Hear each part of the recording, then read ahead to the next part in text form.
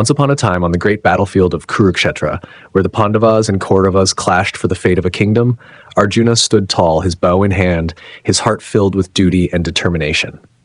But within him, there was a deep love for his son, Abhimanyu, a young warrior with courage beyond his years. Abhimanyu was the son Arjuna barely got to know, as war and duty often kept them apart. Yet Abhimanyu grew into a warrior as fearless and skilled as his father, admired by all who knew him. On the fateful 13th day of battle, the Kauravas deployed a deadly formation known as the Chakravyuha.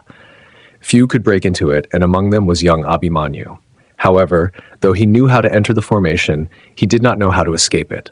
Despite the risks, he was determined to lead the charge and help his uncles, the Pandavas. Abhimanyu entered the Chakravyuha with unmatched bravery, fighting wave after wave of Kaurava soldiers. He held his ground as long as he could, slaying many warriors in his path. But the Kauravas, realizing they could not defeat him in fair combat, attacked him together. Surrounded by great warriors like Duryodhana, Karna, and Dushasana, Abhimanyu was overwhelmed. Despite his valiant efforts, the young warrior fell on the battlefield, leaving the Pandavas shattered. Arjuna, fighting in another part of the battlefield, was unaware of the tragedy that had befallen his son. When he returned, eager to see his boy, the news struck him like a thunderbolt. His beloved Abhimanyu was no more. The grief was unbearable. Arjuna, the mighty hero who had faced countless enemies and insurmountable odds, crumbled under the weight of his sorrow. He had lost his son, his brave, noble son, without even getting the chance to say goodbye. Arjuna wept bitterly, his tears flowing freely as he lamented the fate of his boy. "Why was I not there to protect you, my son? I should have been by your side." His grief turned to anger, and Arjuna swore vengeance on those who had taken Abhimanyu's life. But no revenge could fill the emptiness that consumed his heart.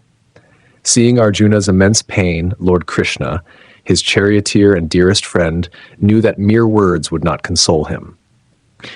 Krishna, who understood the mysteries of life and death, decided to take Arjuna beyond the realms of the living. With divine grace, Krishna transported Arjuna to the heavenly realms, where the soul of Abhimanyu resided. In that celestial place, Arjuna saw his son once more. Abhimanyu appeared, bathed in light, radiating peace and happiness. He was no longer the warrior bound by earthly struggles, but a soul liberated from the cycle of life and death. Arjuna, still broken by grief, ran to his son, tears streaming down his face. "My child, my dear Abhimanyu, how can I live without you? I wasn't there for you, and now you are gone. How can I bear this separation?" His voice trembled, and the sorrow in his heart seemed endless. But Abhimanyu, with the wisdom of the soul, smiled softly at his father. "Father, why do you weep for me?" he asked gently. "Do not mourn, for life does not end with death. I am not truly gone. We will meet again, just as we have met now. In the next birth, I may be your father, and you may be my son. The soul is eternal, bound not by the fleeting moments of this world." Arjuna was taken aback by these words. "You will become my father, and I will be your son?" he asked, his voice filled with wonder. Abhimanyu nodded. "Yes, father. In the great cycle of life, death is but a doorway to another beginning. We are bound to each other not just in this life, but in all lives. The bond between father and son, between loved ones, transcends time and space. Do not weep for what is lost, for we will always find each other again." Arjuna, though still filled with sorrow, began to understand the deeper truth. His son was not lost forever. The bond of love between them would carry on into the next life and beyond. Abhimanyu's words gave Arjuna a sense of peace he had not known before. "Go, father," Abhimanyu said gently.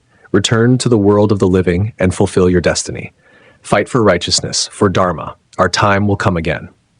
With those words, Abhimanyu's form faded into the light, and Arjuna found himself back on the battlefield, standing beside Lord Krishna.